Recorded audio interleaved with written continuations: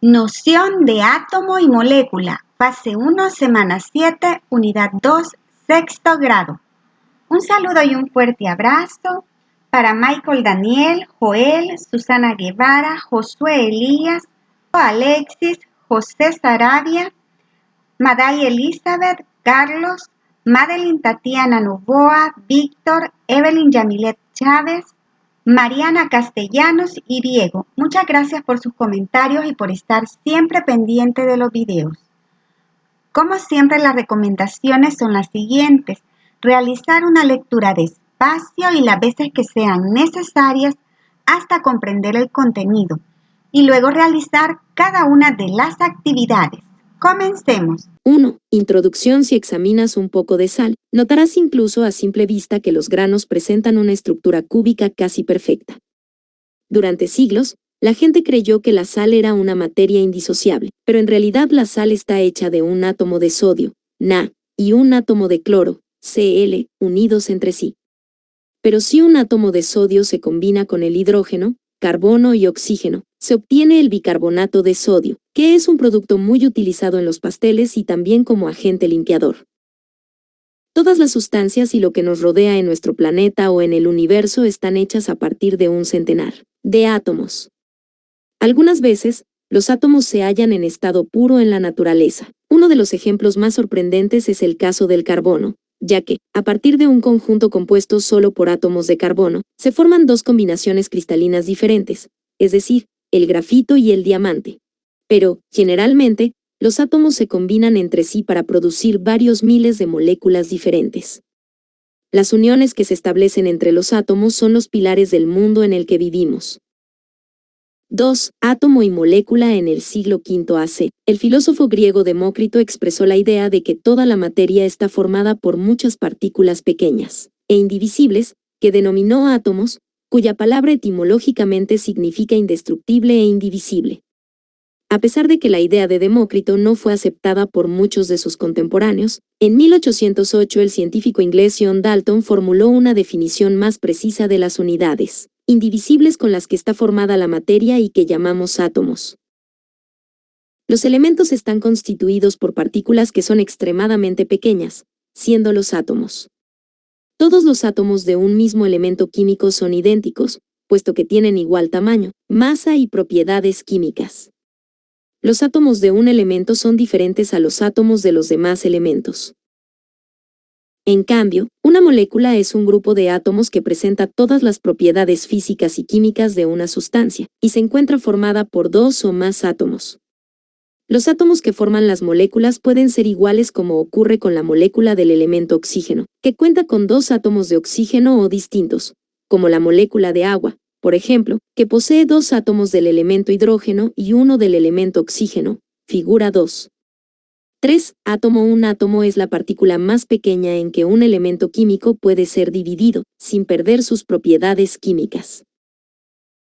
En el periodo en que se descubrieron estas partículas se creía que ciertamente no se podían dividir, aunque hoy en día sabemos que los átomos están formados por partículas aún más pequeñas, que son llamadas partículas subatómicas, que son tres: los electrones, protones y neutrones.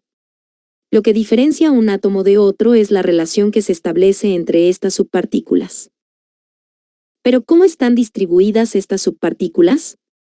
Imagínate un estadio de fútbol y los protones, Pi, que poseen carga eléctrica positiva, se posicionan en la cancha, justamente en el centro del estadio, que a su vez representaría el núcleo del átomo.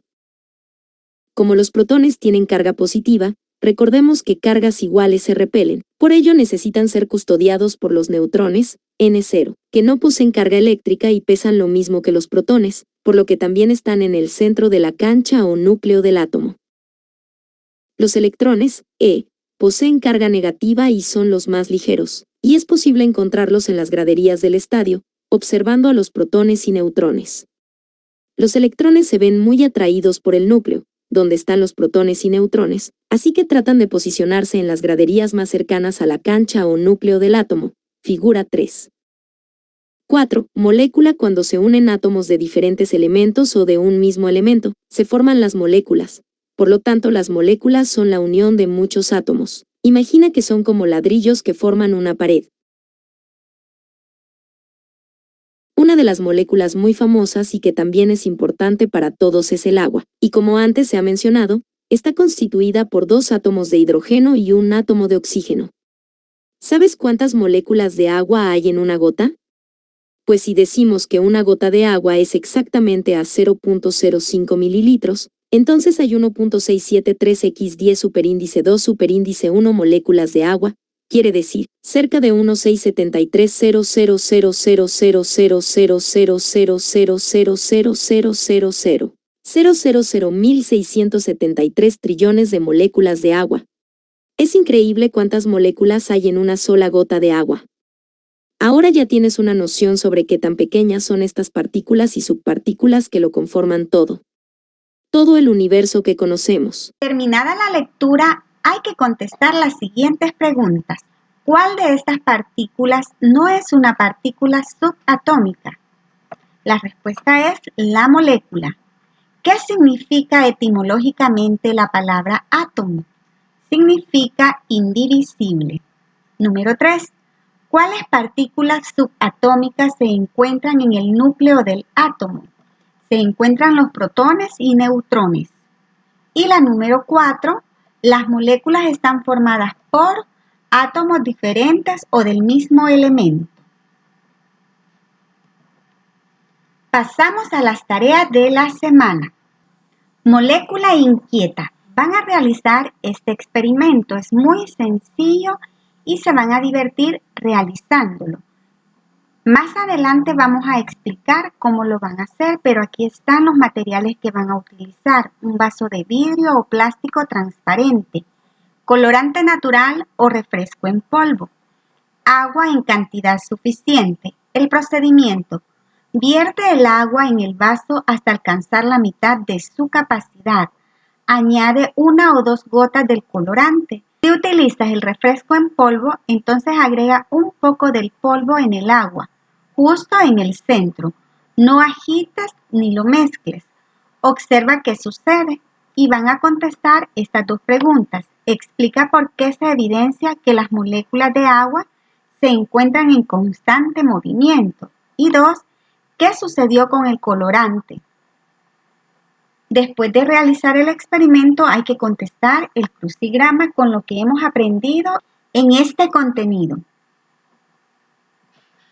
Y la primera que les aparece es electrón, elemento, molécula, protón, neutrón y átomo. Ahora pasamos al experimento. Lo que van a hacer es llenar el vaso con agua, poner la gotita de colorante o el polvito en el centro. ¿Cómo se va mezclando? El movimiento del colorante. Y eso nos va a permitir contestar las preguntas. Explica por qué se evidencia que las moléculas de agua se encuentran en constante movimiento. Porque el colorante no para de moverse y son las moléculas del agua que lo empujan para diluirse completamente. Y la siguiente pregunta dice, ¿qué sucedió con el colorante? Se fue mezclando hasta que se diluyó o disolvió por completo. Y con eso terminamos el desarrollo de esta guía. Que tengan un bonito día.